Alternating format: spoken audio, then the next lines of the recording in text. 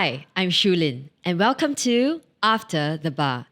This podcast brings you stories from some of the most accomplished lawyers, former lawyers, and other movers and shakers in the legal industry from around the world.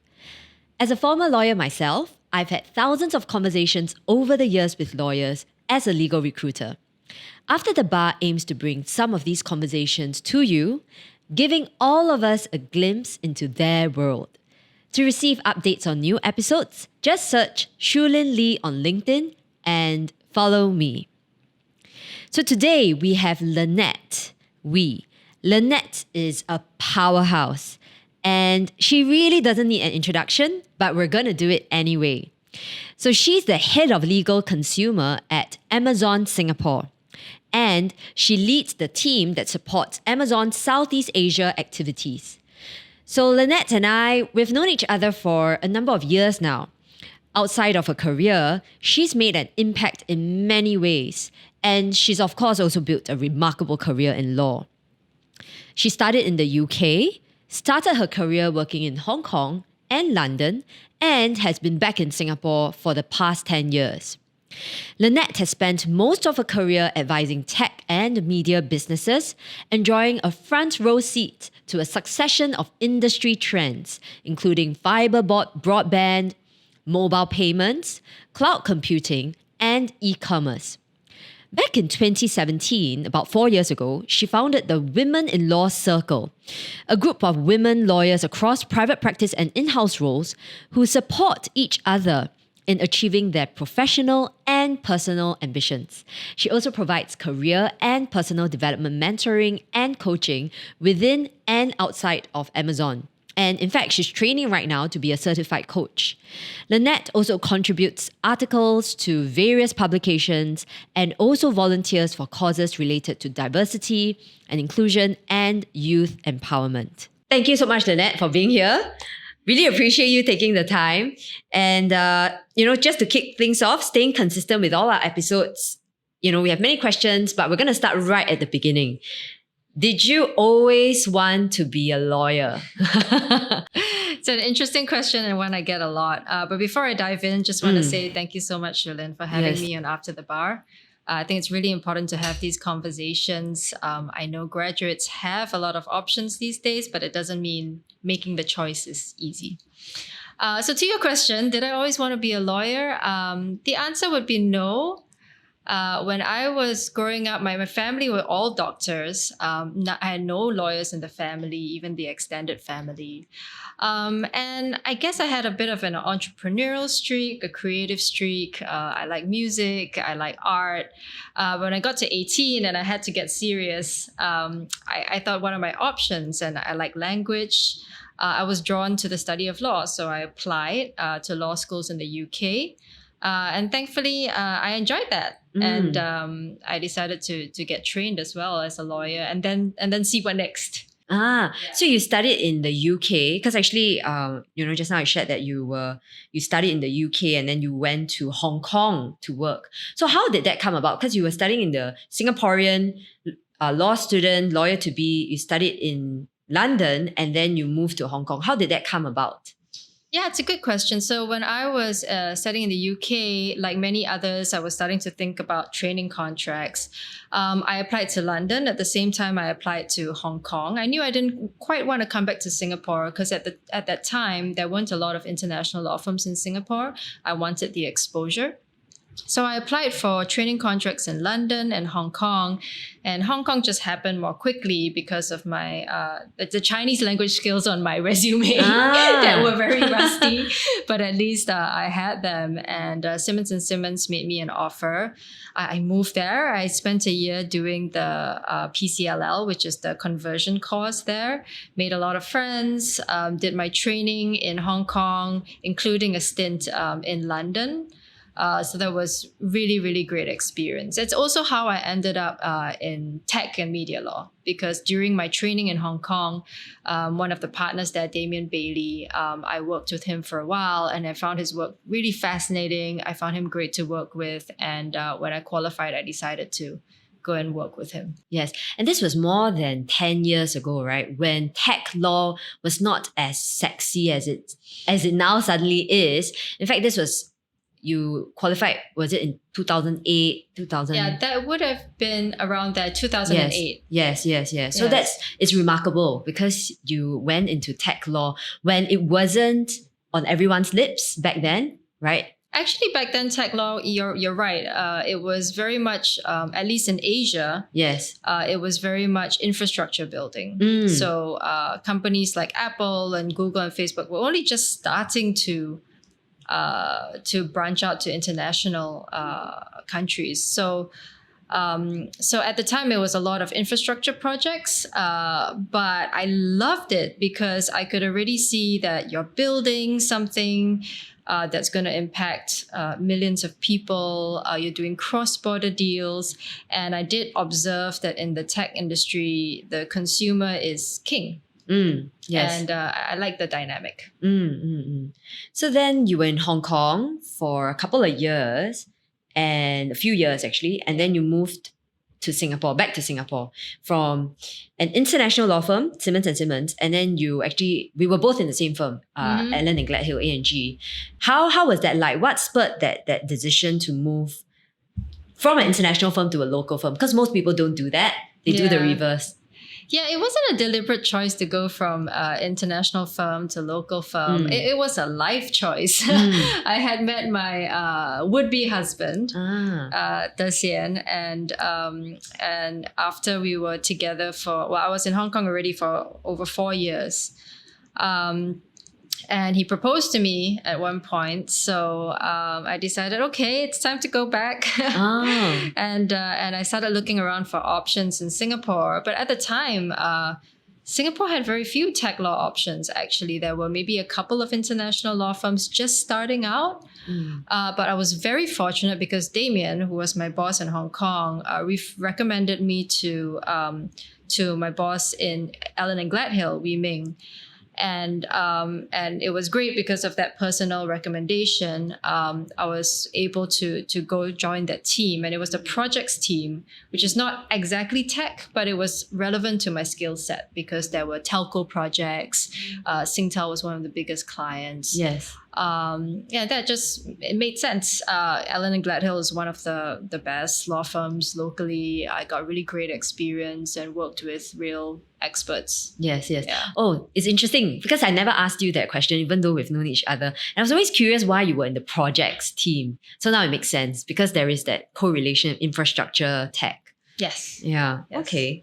And now it's so different because there's so many international firms coming in, have already come in, and everyone's trying to build out that tech practice. Yeah. So after your time in A&G, you made, to me and to you, maybe it is, maybe it's not, but you did make a big move from being in practice and you made your first foray into in-house. So, and you've never looked back, right? So looking back, was it a straightforward decision? Because, for some lawyers out there, when they are making that move from being a service provider to going to the other side to the clients, it can be quite scary. How was it like for you? Well, again, I think I got a bit lucky there. It ended up quite a natural move in the end because what happened was when I was at Allen & Gladhill, Singtel was one of my biggest clients. So I had a good relationship with a lot of the people there. And then I actually was assigned there from Allen & Gladhill to Singtel for a few months. So during that time, it was really interesting. I worked on cool projects, got to know people, and then I went back to Allen & Gladhill after my secondment. And after a respectful period of time, Singtel gave me a call and asked me to join them permanently. Oh, respectful period of time. I like that. And it was a really cool opportunity because they wanted a lawyer specifically to support their new mobile payment initiatives like Singtel Dash that you might have heard of, which at the time was very new. We talk about mobile payments a lot now, but that was the beginning of it. So it was a natural move for me. I think that in-house work suits people who like to build, who like to be part of the business decision making. I think going back to my teenage years, it kind of fits with wanting to be an entrepreneur. I think that's really the instinct to build. and grow something, and it fit.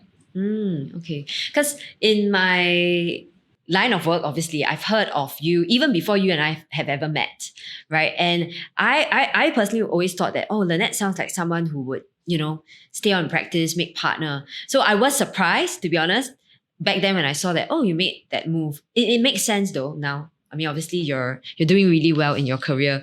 And okay, I'm going to move on to the next question. So there's been a lot of talk about diversity in the workplace. And it's great to see you, a female lawyer in a senior managerial position in a company like Amazon, not surviving, but thriving and succeeding. So there is a rather high dropout rate in the legal industry. Generally, I would say generally. And as a woman, as a working mom, I was just wondering why do you think it's still the case? Of course, we're not just saying that only women are dropping out of the legal profession. But as a working mom, what's your take on this? And also as a manager and your own experience, if you have any stories to share about your journey. There's a lot to unpack there, Shulin. And there are some things I can speak from my own experience, and there are some things I can speak to because of, yes, my experience as a manager at Amazon, but also as a leader of the Women in Law Circle. So in general, I think we're fortunate. We are in Singapore, and in a lot of developed countries, there are not a lot of formal barriers. That meaning we can go to good schools, and usually what you see is that when at the beginning of their careers, there's about equal representation at the workplace. Yes. What you see is it drops off a cliff in terms of female representation in 30s, 40s, 50s. And my observation, I think there are still a lot of informal barriers that women have to overcome. Some of them are related to unconscious bias. So this whole this expectation that men are assertive and authoritative, but a penalty, if you will, when women exhibit similar behavior. So I do remember when I was in private practice, I did experience a situation where I just tried to congratulate people on a job well done, something very innocuous. Yes. And somebody implied that that sort of behavior from a woman might be perceived as like high-handed or and not welcome. Goodness. I mean, those things seem relatively minor, but I think in the workplace environment, these things add up. And then also you do get subtle power plays at work. Right. You still get, unfortunately, you still get people who will call you sweetheart or darling or comment on how you look. And I think over time, as a day-to-day experience, that does become prohibitive. But really, like a big issue that I will talk about is the double standard in terms of domestic responsibilities, which I think is very well known. I mean, the government is talking about this now, but how there is this expectation that men prioritize career, but women prioritize family. And that just means, that when you are the working woman, it means that your male colleague is expected to spend more time at work. He's probably got a spouse at home, taking care of things. And it also means that, the working woman's husband is also expected to spend a lot of time at work. So she's got to take care of things at home. That's so true. There's a bit of a double bind there. Yes. And the answer really is you need both policy and mindset changes. Yeah. Well, I didn't think about it so deeply because I always knew that you are right. Actually, thinking back to law school days, there was equal representation for both females and males in NUS law where I was. And then after that, as the years go by, the representation, especially at the senior levels, it does drop down the cliff, to use your words. And I didn't think deeply enough. For me, obviously, there are other choices. So women do take on other roles. I mean, whether some of them don't have kids, but they decide to do something else. Maybe it also comes down to, like what you said, unconscious bias. So it could be a recruiting or internal promotion kind of thing, right? I mean, there are things which are not said, but there's almost like an agreed reality. I was just sharing with someone that, it wasn't too long ago when women didn't actually have the right to vote, right? Maybe it was what? Less than 100 years ago. And that was agreed and was fine. And then now I do see the conversation changing. Yes. Right? And I believe you are a very big part of that because you actually, you can show that everyone can see that you are a loving wife. You also have 2 kids and you're very active, in terms of your career, you're thriving, and you also have time for other activities. So I'm going to ask if there are any stories actually, or if you want to give any piece of advice to female lawyers in particular on what it takes to thrive, or maybe any main ingredients of success. And maybe it's not unique to female lawyers. It could be for male and female lawyers. Yeah, it's a big question. I mean, when I set up the Women in Law Circle, for example, I really wanted to bring a lot of the learnings from Lean In. Lean In is the Sheryl Sandberg organization. I wanted to bring a lot of those lessons to the legal industry, to women in the legal industry. So I started the Women in Law Circle. And a lot of it is the informal aspects of workplace culture. So I find that the women who join the circle and want to have a dialogue, it's not so much about the technical aspects of the job. Where they really need help is, how do I find a mentor? How do I find a role model? How do I navigate difficult relationships at work? How do I embrace my woman, my feminine approach to things, but still be successful, still get ahead? How do I navigate my personal discomfort with self-promotion, but still take care of my personal brand? Yes. And we get very, very powerful sharing in that. And I think that sharing between women, because in a lot of workplaces, you don't get a lot of senior women. Our circle combines senior and junior women. So everyone's kind of exchanging ideas. And you get really rich conversations. And those conversations make a big difference. So I would say to women starting out is find a group of other women to support you, find male and female role models and mentors. I've benefited from both female and male role models and mentors throughout my entire career. There's no shame in asking for that help, and it can do wonders. And since you're on this topic, Women in Law Circle for Lean In Singapore was set up by you about 4 years ago. Could you share more about how it came about? Why do you set it? I mean, you shared a little bit on that, but I'm curious about what drove you to really, do it, because it takes up a lot of time, right? To be honest, I was reluctant for a while. I said, when I looked at the Lean In events, there were these wonderful events where hundreds of women would come. But I look around the room, there are no lawyers. It was a lot of women in tech who are very much engaged in that conversation. It's like, I feel like this conversation needs to be brought to lawyers. So I hesitated until I went to one Lean In event, and we had this notice board where people could post like requests for help.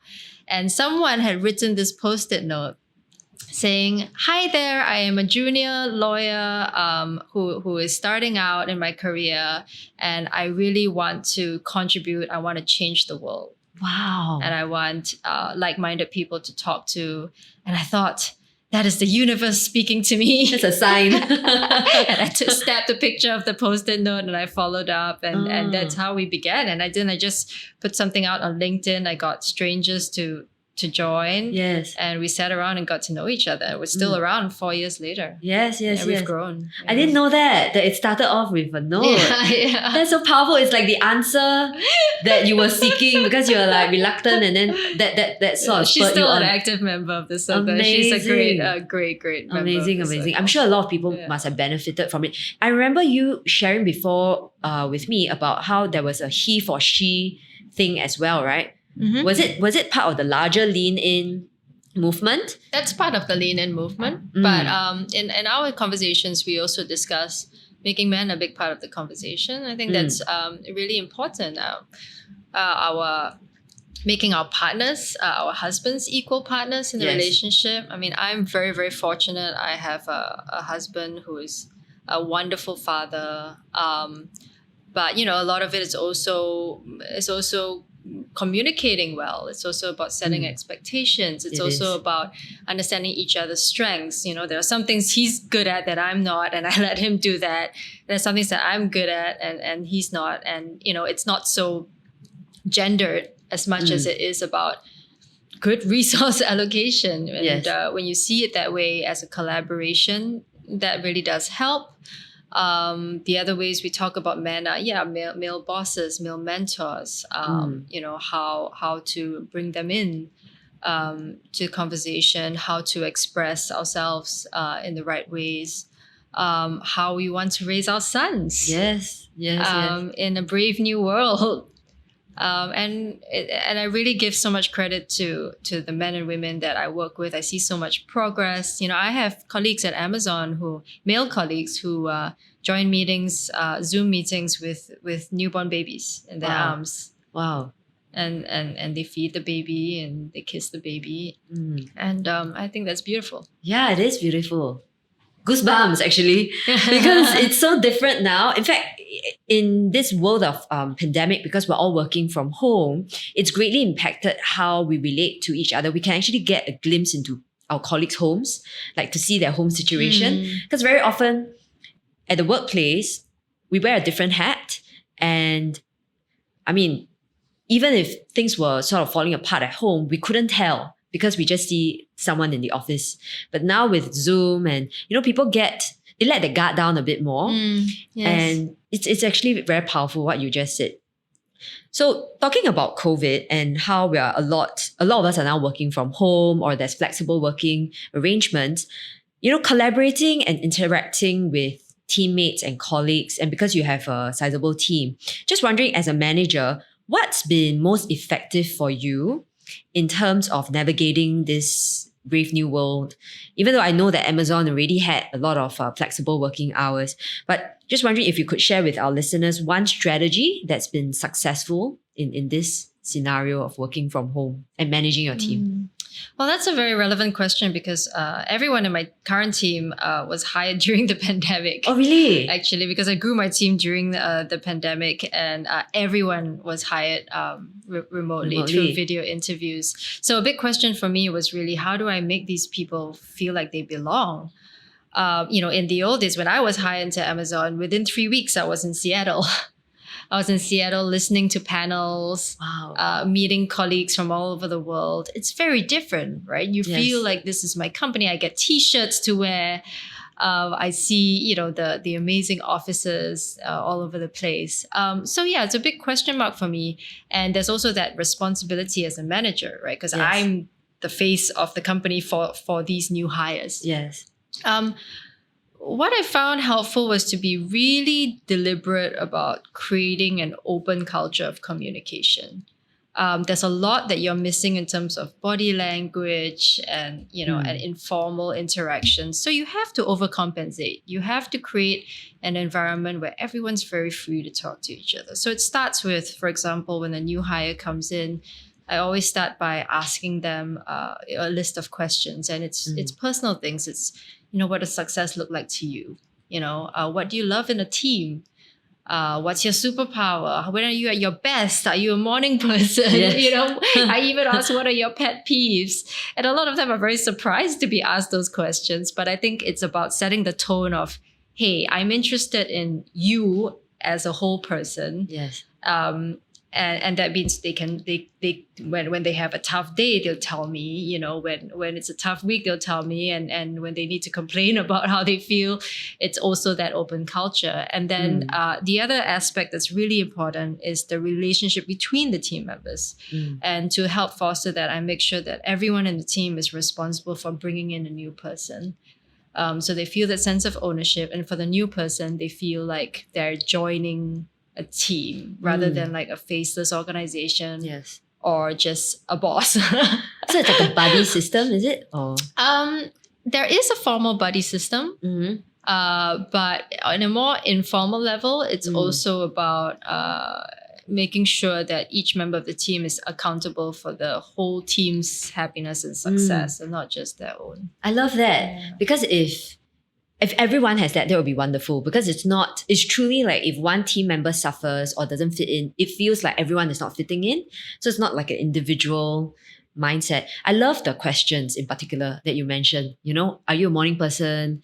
Are you grouchy when you haven't had a cup of coffee? So you know when to schedule certain uncomfortable conversations. And I think more than that, you don't want a team of just yes men and or women, right? So people can feel the freedom to speak with you. Yeah. And people are human. And so an Amazon leader was just giving this quite funny example that day about how, well, when you're in the office, if your manager comes and says something, ridiculous, you'll just turn to the person next to you and say, are they always like that? And then you'll carry on working. But because you don't have those interactions, Oh, yes. you're missing that that kind of, your manager becomes almost like a choke point. It's like how your manager becomes so heavily responsible for your experience. So I tell my team, hey, if you need to complain about me, like just message each other, okay? Don't feel like you can't. Oh my goodness. If you need to talk about things, like, you just have to accept that people are human. Yes. And you laugh about it, you make a joke of it, and people laugh along with me. Yeah.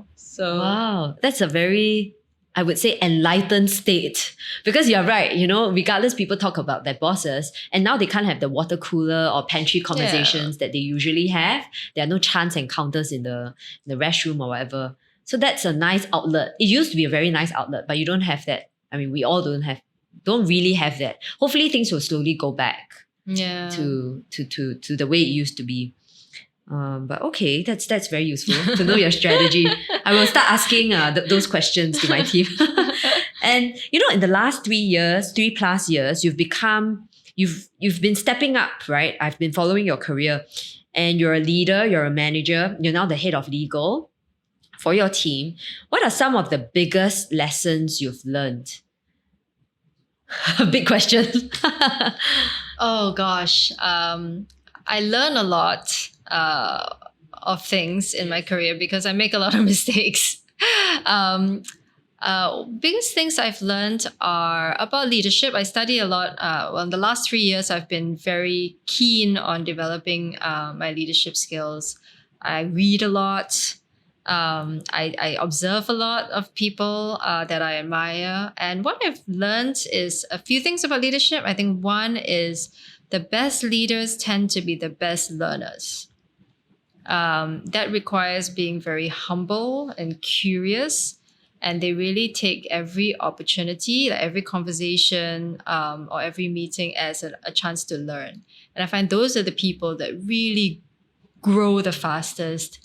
And because they're great learners, they absorb information from their team, and they're able to process that and make great decisions. So I think that's one really big lesson. The other thing is I've realized the importance of a sense of mission and purpose, both personally in my own life and also with a team. So I explain a bit more. On a personal level, I found it very helpful to have a sense of my why. Like, why do I do things? What would I like to be defined by? What would I like to spend my time on? And that really shapes how I perform at work too. And with the team, I think the best leaders are the ones that help their team establish a joint mission. And that really gives them more energy. It gives them, it prevents burnout. It helps them work better together. Is that joint mission something you arrive at together as a team? Yes, actually, we do a team retreat every 6 months, where we sit around and ask ourselves these questions like, hey, here's the team mission. Are we still on track for that? Do we still think it's relevant? What are our most sacred leadership principles? In Amazon, we have leadership principles, but I asked the team, what are our team's most sacred principles? What keeps us up at night? What are the biggest mistakes we can make? What are the biggest pain points we have? Yeah, so being very consultative and bringing people into that conversation also really makes people owners. Yeah. And on your purpose, I mean, that's a big one. Your why, what drives you.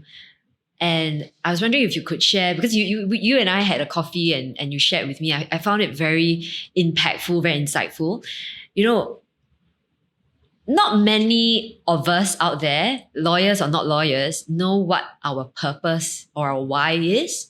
And I think to discover that earlier on in your career is very powerful, because it's almost like you're driven and propelled by your purpose. And like you said, if it doesn't fit in with your purpose, you're like, yep, it's okay. I'll say no to this opportunity. So how did you arrive at your purpose? Was it like an aha moment? Well, last year, I would say truthfully, in 2020, I was pretty burnt out. I was very tired. I had a tough year the year before, and I thought 2020 would be easy, and then COVID hit. And of course, being at a tech company, it meant things got very busy. And then I had to homeschool my kids for a while. My daughter was just primary one. My son was not even, he was in preschool. Yes. So it was pretty impossible. So I was just exhausted. At a certain point, I decided to take a break from work. I was very fortunate. My bosses were supportive.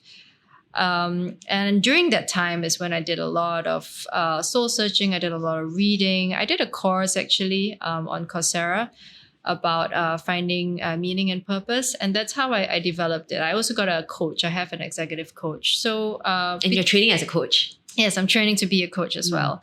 So between all these things, I really developed this, my personal purpose statement. Part of it's about family. In fact, a big part of my purpose in life is about being, a devoted spouse and a caring, nurturing mother. But in the work context, I realized what really matters to me is being a caring leader.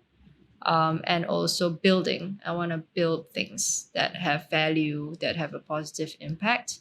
And finally, I want to be a good learner. I want to be better and wiser every day than I was the day before. I mean, it sounds very, very lofty, but part of the point is to force yourself to think at a high level of what you want. And it becomes a tool. It becomes a resource allocation tool. It tells you how much you want to spend your time on. Yes. So if I know that if in a given week I spend about 80% of my time aligning with my purpose statement, that's a good week. Amazing. And it's also a decision-making tool. Like what happens when you get a new job opportunity? How do you go about making that decision, right? Somebody tells you you should do it because it's a step up in salary. Somebody else tells you, this is a great industry to go into. Somebody else tells you, no, you shouldn't join that team. But how do you really make the right decision for yourself? I find the value of having that mission in mind, that purpose statement in mind really clarifies things. So I'm learning, but that's what I've learned so far. It does seem like you are on track, and it resonates very deeply with you, what you just shared about your purpose. It mustn't have been, you must have really, because it's not easy to actually arrive at that. And is this something that might change over time, or is it gonna be like, okay, yeah, this is my purpose? I'm asking because I don't think I have unpacked that for myself yet. It does change. I added a little bit to it over time. Not all. It doesn't change very much, but occasionally. And it's something I really work with coaching clients to help achieve as well, getting that purpose statement, because it's a great tool in your toolbox. Yeah. Okay. Yeah. And so in and outside of work, you wear many hats, Lynette. You obviously have 2 young children. One is 8 and one is 6. Okay. And I'm sure many of us are curious, myself included. How do you find the time for everything that you do, right? And you do it so well and still maintaining the quality in the things that you do.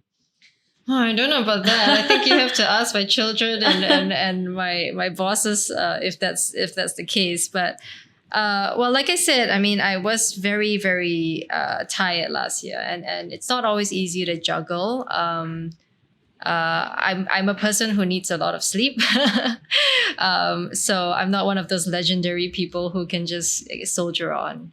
But I did learn during my time off as well, aside from developing my purpose statement, I did come to terms with the importance of self-care. My coach helped me. He used this analogy of the oxygen mask. You know, when you're in a plane, they tell you that if there's an emergency, you put the mask on yourself before you put it on your child or anyone else. And that stuck with me. I began to accept, okay, you know, no one's superhuman. It's important to care for yourself because it gives you the energy to do everything else. You know, so I realized that when I'm well rested, when I have exercise, you know, when I get up early in the morning and I give myself that time and space, it really gives me the energy to do everything else. So I stick to that, and it helps me. Was it like a big change for you? Because for me, I'm also a believer in self-care, but I don't do it consistently. I do it when my battery starts to go flat and I start to feel like, a bit deflated. And I think the reason personally for me, and I think for many people out there, is that there is this feeling of guilt when we spend too much time taking care of ourselves. Like if I go out, so over the weekend, I thought, okay, I'm going to go check out the Black Friday sale, right? I wanted to go check out Lululemon. But in the end, I decided, that might not be a productive use of my time over the weekend. I'm going to do something else instead to learn something new. And actually, when my friend asked me what I did over the weekend, I said that it sounded, when those words came out of my mouth, I realized I sounded very ridiculous. You know what I mean? Because actually, what's the harm in just, doing some shopping for myself? So did you have to overcome those feelings of guilt, or how did you, move from not spending so much time on yourself to actually realizing, okay, I need to spend X number of hours for sleep. I need to exercise. I need to make time to take care of myself before I can take care of others. Yeah, I think it was the really framing it as this is something I'm doing that will make me even better at contributing to my work, at contributing to my family. We often think of self-care as a selfish thing, but a happy mother tends to be a better mother. Yes. I know. I completely agree. And it's something that you just have to kind of shift your mental model a little bit. And it takes a lot of discipline. Yes. I tell my husband to treat me like a child at bedtime and make sure I go to bed. Because otherwise I'll be, my temptation is to just stay up. So he makes sure I go to bed. Yes. And then I get up early and make sure I go for a run or do, even if I'm tired, I'll just do some meditation and just have that time. The guilt is there, but when you start making it a habit, you start seeing the results and you start seeing that you're happier and more content and more balanced, then you accept and you don't feel guilty. I'm personally curious. So what time does your husband try to get you to bed? Because I struggle with that. I tend to stay up.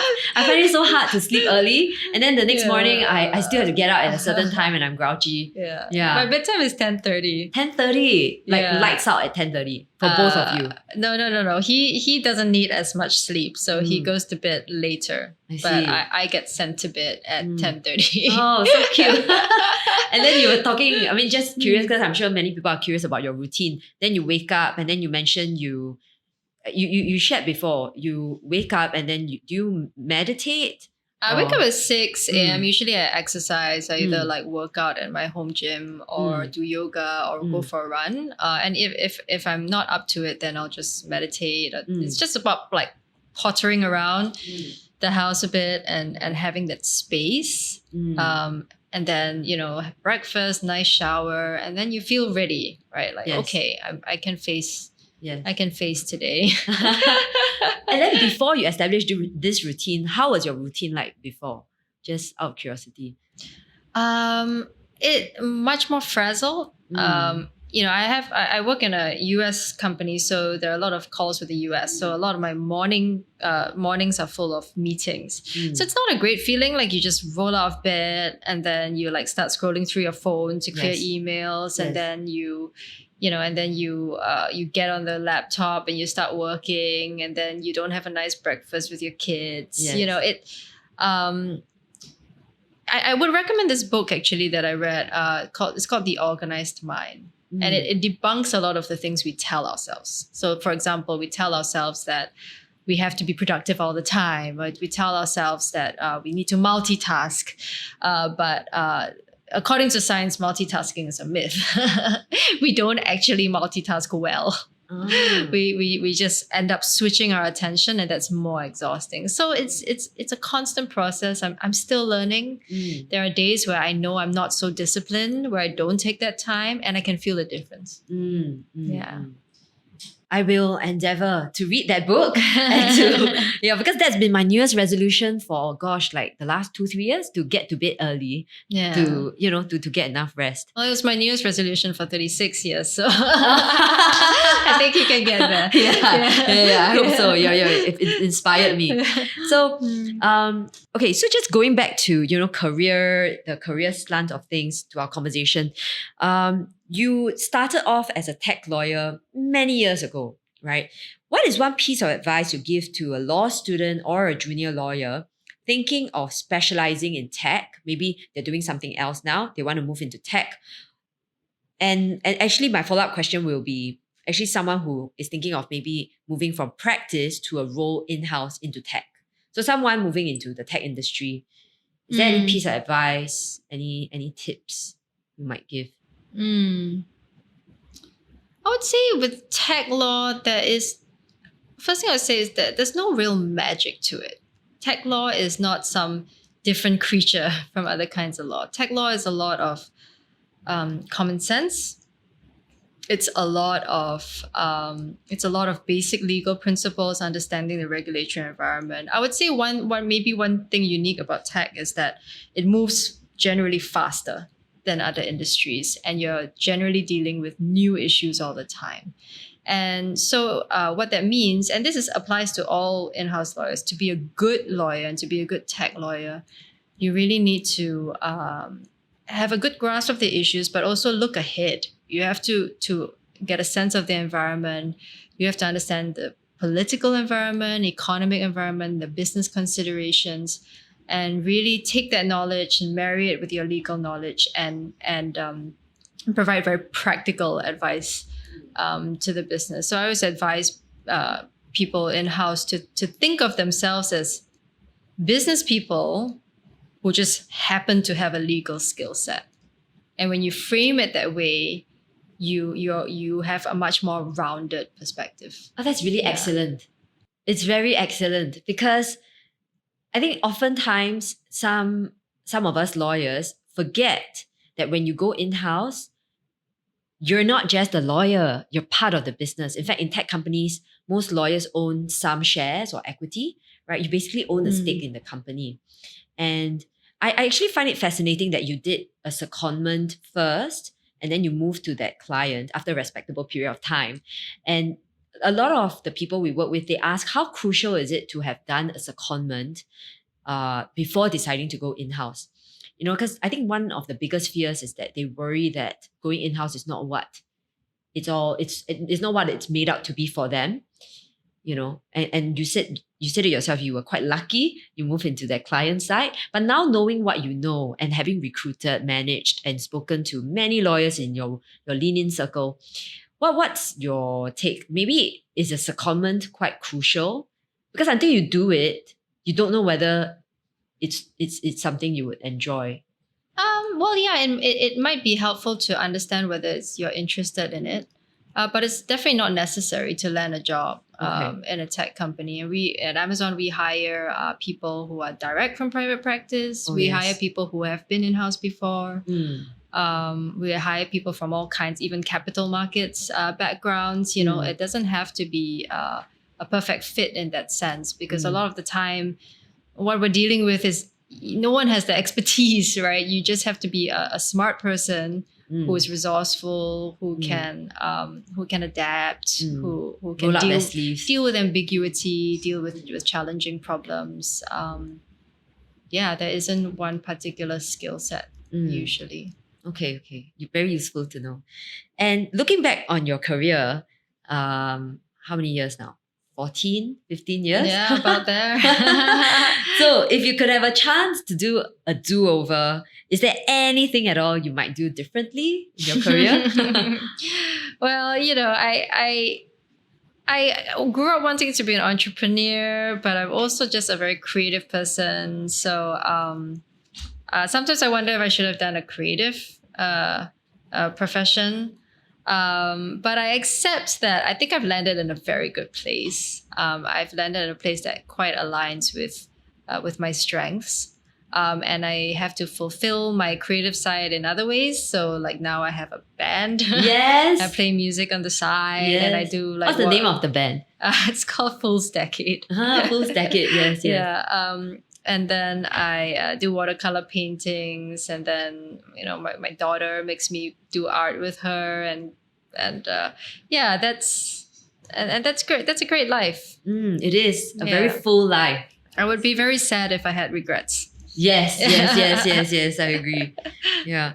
So, knowing you're in the heart of tech. I mean, you're in Amazon, and you've been involved speaking with so many lawyers. How do you see the legal market evolving, especially with regard to the Singapore market in particular? Do you see any opportunities in the near future? Because there's a lot of talk about how the legal service of being a lawyer is being commoditized.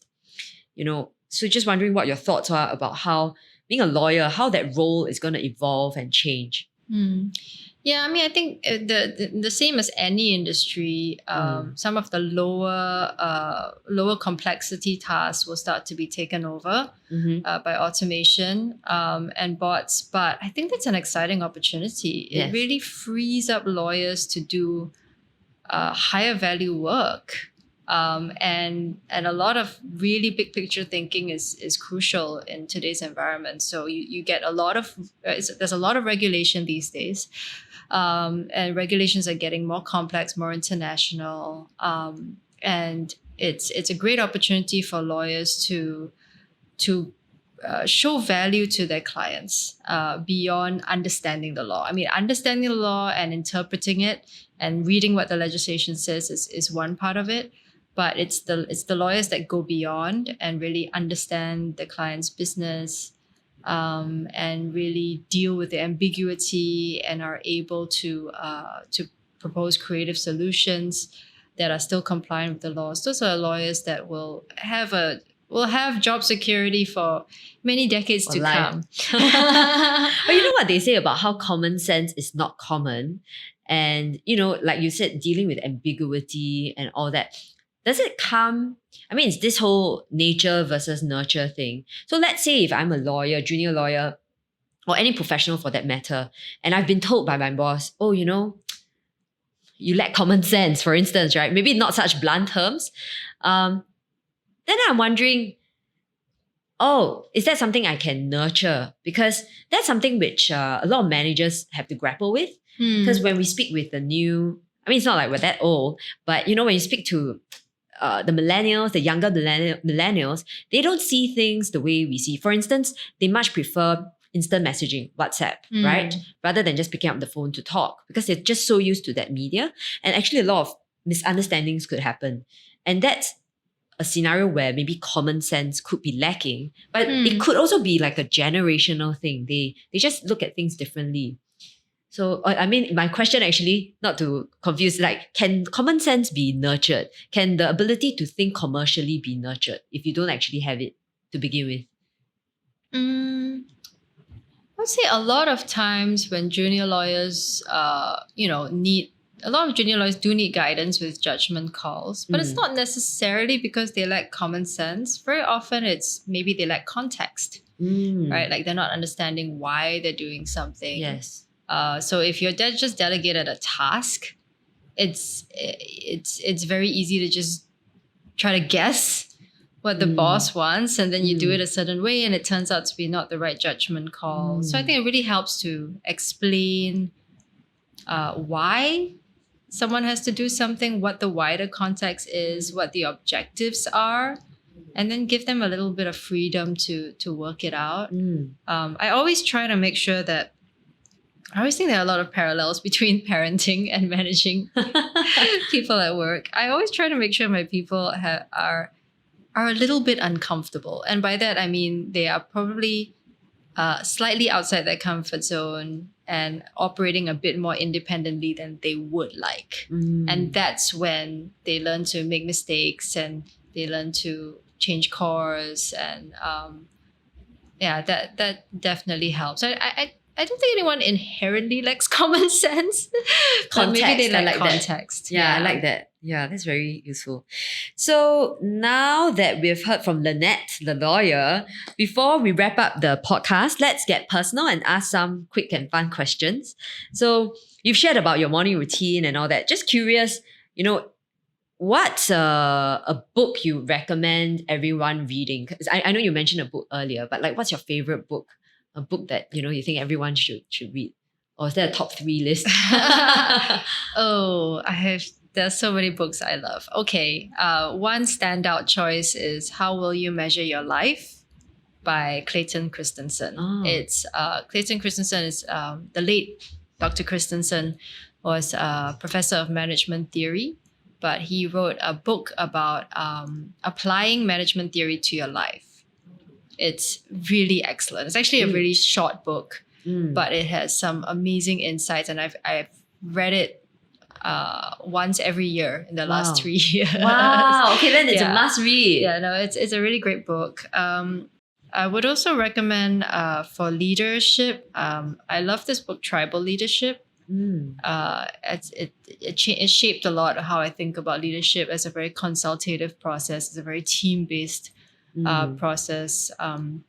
Whereas generally the culture is a lot of we live in a very superstar culture where people hire superstars and want them to shine as individuals. But this book emphasizes a lot of the team aspect. Tribal. How interesting. Gosh, there are so many books. I guess You mentioned essentialism to me once, and I've just bought it. I haven't started reading it. I'm looking forward to reading that. Okay, yeah, that's another one. Essentialism, also a very good book. Yes.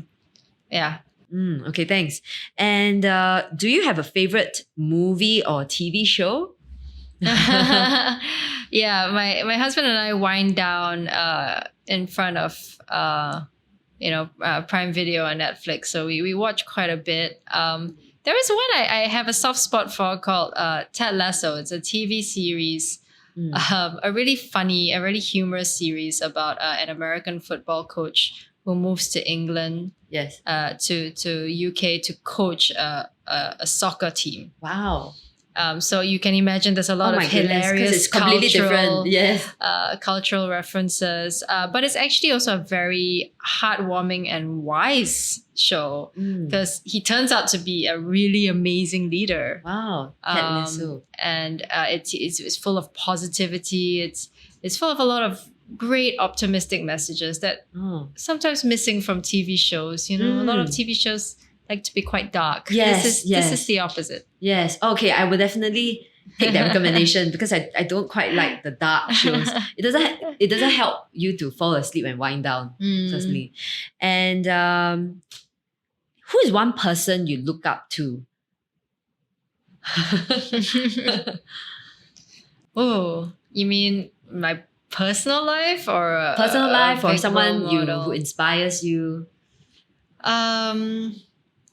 Well, I really, really admire the late Ruth Bader Ginsburg. I read her biography. I've watched watched a movie about her as well, and the documentary. Wow. So I find her really. I found that she was very progressive for her time, and I think what I value about her example is the ability to tune out what's going on around her and really do what's right. She was very focused on what she thought was right, and also very collaborative with other people. And that unique combination, strangely in her own very quiet and gentle way, it made her such a powerful advocate and change maker. Wow. Okay. She's also a insight. lawyer. Yeah, she's also a lawyer. Yes, that's right. And if you can sum up in one sentence, what's Lynette's motto in life? Well, I think I mentioned it earlier. I really, I just want to be better and wiser every day than I was the day before. Okay. So final question. Is there one question that I didn't ask today which you wish that I could have asked you? Is there one question? Because we've covered a lot of ground. But just wondering, did I miss out anything? Is there anything you wish Shulin, you should have asked me this question. Maybe if you ask me what I'm proudest of in my life, yes, my children are amazing. Oh, that's so heartwarming. No, they are really awesome, awesome people. Amazing. Thank you, Lynette. Thanks so much for being so generous with sharing, and being here, actually. This has been very enjoyable. Well, and would love to hear your wisdom as well, because you're a very, very accomplished entrepreneur and mother yourself. Yeah, thank you. Yeah, really, really appreciate it. So thanks again, Lynette. And if you've enjoyed this podcast, then be generous and share it with as many people as you can. Rate it, review it, and follow me on LinkedIn. Thanks again for listening. Join us next time to find out what could be in store for us after the bar.